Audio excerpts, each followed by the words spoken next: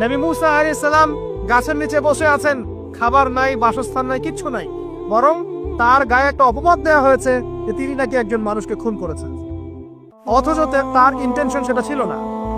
তিনি একটা ঘুষি দিয়েছেন লড়াই থামানোর জন্য, ওই এক ঘুষিতেই সেই ব্যক্তি ডেড। এবার তিনি গাছের নিচে বসে দোয়া করছেন, রব্বি ইন্নী লিমা আনজালতা ইলাইয়া মিন খায়রিন ফাকির। আল্লাহ, আমি নিঃস্ব অসহায় হয়ে এখানে বসে আছি, তুমি আমার উপর তোমার যে রহমত পাঠাবে আমি তার ভিখারি হয়ে বসে আছি। দোয়া করার সাথে সাথেই ওই শুআয়ব আলাইহিস সালামের মেয়ে হেঁটে হেঁটে চলে আসলো। তিনি স্ত্রী পেলেন, তিনি শ্বশুর পেলেন, একজন নবী পরিবার পেলেন, বাসস্থান পেলেন, চাকরি পর্যন্ত পেলেন। 8 বছর তিনি রাখালি করেছেন শুআয়ব আলাইহিস সালামের ফার্মের মধ্যে। দয়া মুহূর্তেই চলে আসবে, শুধু আল্লাহ থেকে অভিমুখী হলেই হয়। এবার দয়া। আইয়ুব আলাইহিস সালামের কথা মনে আছে? দীর্ঘদিন রোগে ভুগছেন, চিকিৎসা হচ্ছে না, ভালো হচ্ছে না, শেফা হচ্ছে না। এখানে যারা আধ্যাত্মিকত্ব নিয়ে পড়াশোনা করেন, লেখালেখি করেন, তারা বলেছেন তাদের কিছু কিতাবের মধ্যে, রোগটা যখন এমন একটা পর্যায়ে চলে আসলো যে তিনি জিহ্বাটা নড়াতে পারছেন না, কারণ তিনি আল্লাহ পাকে জিকির করতে প্রচন্ড ভালোবাসতেন। এক পর্যায়ে রোগটা এমন একটা জায়গায় চলে আসলো যে জিহ্বাটা তিনি নড়াতে কষ্ট হচ্ছে। তখন গিয়ে তিনি বলছেন, রব্বি আন্নী মাসসানি আদ-দুররু ওয়া আনতা আরহামুর রাহিমিন। হে আল্লাহ, আমাকে কষ্ট স্পর্শ করেছে, আর তুমি তো ক্ষমাকারী, রহমকারীদের মধ্যে সর্বশ্রেষ্ঠ রহমকারী। আমি জিকির করতে পর্যন্ত পারছি না, আল্লাহ আমার রোগটা শেফা দিয়ে দাও।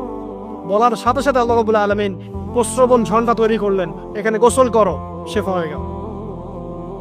এগুলো কি রহমতের পরিচয় নয়?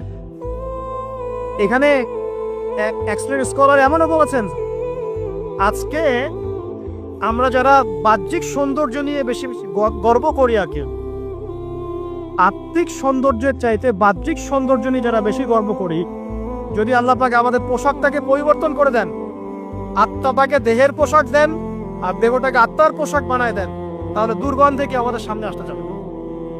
কথাগুলো বুঝতে পারছেন না? আইয়ুব আলাইহিস সালামের আত্মাটা ছিল পবিত্র, পরিশুদ্ধ, তার দেহের মধ্যে রোগ হয়েছিল। আর এই পুরো বিশ্বের ম্যাক্সিমাম লোকের মানুষের রোগ এখন আত্মায়, দেহে নয়। আবার বলছি, হয়তো বুঝতে পারছেন না।